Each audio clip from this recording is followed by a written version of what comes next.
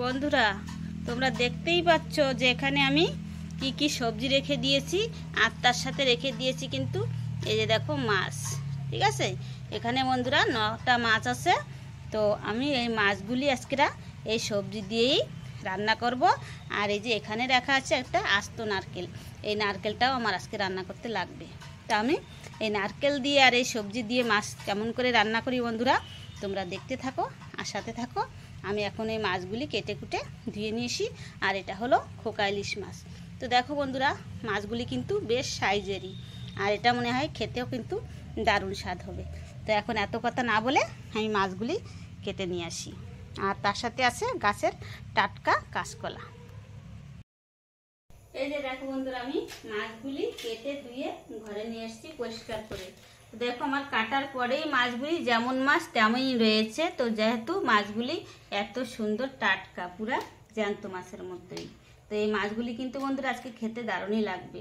তো এখন আমি যে কাজটা করব, হলদি, লবণ আর লঙ্কাটা মিশিয়ে আমি রেস্টে রেখে দেব 10-20 মিনিট পর্যন্ত।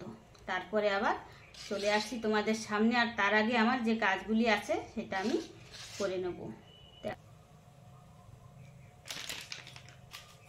আর এই যে দেখো, আমি মাছগুলি কিন্তু সুন্দরভাবে পুরা মাছটা কেটে নিয়েছি, কারণ এরকম করে মাছ কাটলে লঙ্কা, লবণ আর হলুদ পুরা মাছের ভিতরেই সব মশলা চলে যাবে। এরকম করে কিন্তু আমি সবকটা মাছই কেটে নিয়েছি।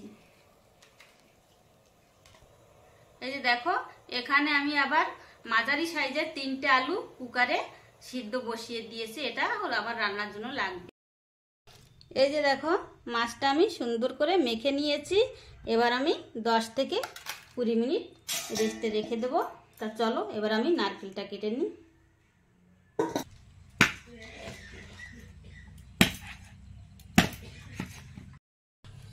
এই যে দেখো, নারকেলটা আমি কেটে নিয়েছি, আর নারকেলটা কিন্তু বেশ বড়ই হয়েছে। তো এবার এবং এই নারকেল কুড়িয়ে নেব। এই যে দেখো, নারকেল কোরানো হয়ে গেছে। এবার আমি এই যে কড়াইতে 1 গ্লাস জল বসিয়ে দিয়েছি। এবার আমি নারকেলটা সেদ্ধ হতে দিয়ে দেব, কারণ নারকেলের দুধটাই আমার লাগবে। তো আমি নারকেল সেদ্ধ করে নেব। আর এই পাশে আমার আলুও কিন্তু সেদ্ধ রেডি। তো বন্ধুরা, তোমরা দেখতে থাকো, সব কিছু আমি রেডি করে নিই, আবার তোমাদের সামনে চলে আসবো। এই যে দেখো, নারকেল কিন্তু আমি সেদ্ধ করে নিয়েছি ভালোভাবে। এবার আমি ছাকরাটা ফেলে দেব আর দুধটা বের করে নেব। এই যে এই পাশে আমার তেল গরম রেডি, আর এই পাশে মাছ আমি রেস্টে রেখেছিলাম 20 মিনিট। এই যে মাছ আমি 20 মিনিট রেস্টে রেখেছিলাম, মাছটাও রেস্ট হয়ে গেছে। এবার আমি মাছ ভালো করে ভেজে নেব। এই যে দেখো, মাছগুলি আমি এরকম করে সুন্দর করে ভেজে নেব মিডিয়াম আঁচে, তাহলে মাছটা ভিতরের মাছও ভালো করে ভাজা হয়ে যাবে। এরকম করে আমি সবকটা মাছই ভেজে নেব। আর এই যে এই পাশে আমি সেই কলা দুটো কেটে আমি সেদ্ধ বসিয়ে দিয়েছি হলুদ মেখে, তাহলে কলার কোয়াশগুলি ছেড়ে যাবে। তো এবার আমি এই মশলাগুলি বেটে নেব। এর ভিতরে আছে কালা সর্ষ, পোস্ত আর আছে জিরা, আর আমি দিয়ে দেব 2 পিস কাজু। এই মশলাটা এবার আমি রেডি করে নেব। এই যে দেখো বন্ধুরা, মাছগুলি আমি কত সুন্দর করে ভেজে নিয়েছি। আর এখন বন্ধুরা, দুঃখের বিষয়, আমাদের এখানে কারেন্ট নাই, প্রচণ্ড মেঘ ডাকছে। যেহেতু কারেন্ট চলে গেছে, অনেক সময় হয়ে গেছে, তো আমি রান্না করছি মোবাইল লাইট দিয়ে।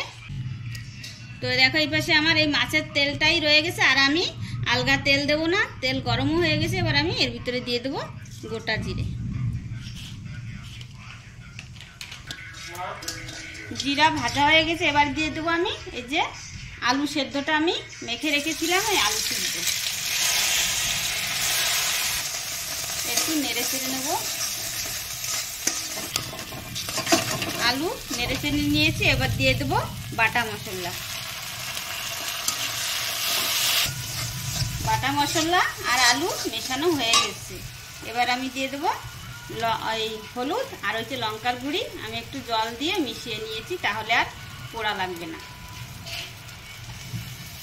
এটা আবার দিয়ে মিশিয়ে নেব। সব উপকরণ দিয়ে দিয়েছি। এবার আমি এটাকে মিশিয়ে নেব। তারপরে আমি দিয়ে দেব লবণ। এবার দিয়ে দেবো আমি পরিমাণ মতো লবণ। আবার আমি লবণের সাথে মশলা আলু ভালোভাবে মিশিয়ে নেব। এই যে দেখো মশলা ভাজা হয়ে গেছে, তেল ছেড়ে দিয়েছে। এবার আমি দিয়ে দেবো এই যে নারকেলের দুধ আমি বের করে রেখে দিয়েছিলাম, এটা দিয়ে দেবো। আজকের রান্নাটা কিন্তু বন্ধুরা আমি পুরা নারকেলের দুধ দিয়েই করব, জল দেবো না। এবার আমি মিশিয়ে নেব। মেশানো হয়ে গেছে। এবার আমি ফুটে ওঠা পর্যন্ত, এই জলটা যত পর্যন্ত ফুটে উঠবে ততক্ষণ আমি রেখে দেবো। তারপরে আমি আবার চলে আসছি। এই যে দেখো ঝোল তো ফুটে উঠেছে সুন্দরভাবে। এবার আমি এই যে কলাগুলি দিয়ে দেবো। আর দেখো বন্ধুরা আজকে আমি কলা এরকম করে কাটছি।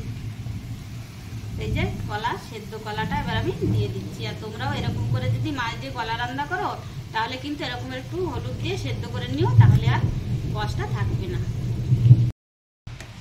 কলা দেওয়ার পরে কলাটা সেদ্ধ হওয়ার জন্য আমি আরও 5 মিনিট জাল করে নেব। আমি 5 মিনিট ফুটিয়ে নিয়েছি। এবার আমি দিয়ে দেবো এই যে ভেজে রাখা মাছ।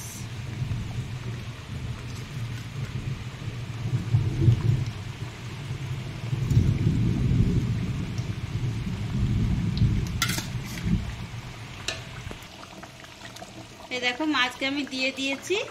আর বেশি না, 2 মিনিট পরেই আমি তুলে নেব। রান্নাটা আমার হয়ে যাবে। তো 2 মিনিট একটু সব কিছু মশলা মাছের ভিতর যাওয়ার জন্য আমি রেখে দিলাম। 2 মিনিট ফুটিয়ে নিলাম। তো রান্নাটা আমার হয়ে গেছে। সবার লাস্টে আমি অল্প একটু ঘি ছড়িয়ে দিয়ে উপর থেকে নামিয়ে নেব। আর তোমরাও কিন্তু বন্ধুরা এরকম করে পোকা ইলিশ মাছ আনলে রান্না করে খেয়ে দেখো, খেতে কিন্তু দারুণ টেস্ট হয়। তো রান্নাটা আমার হয়ে গেছে। এবার আমি তুলে নিচ্ছি। তো তোমাদের সাথে দেখা হচ্ছে আবার পরবর্তী রেসিপি নিয়ে। তোমরা ভালো থেকো, সুস্থ থেকো। আর আমার ভিডিও ভালো লাগলে লাইক, কমেন্ট, শেয়ার করো।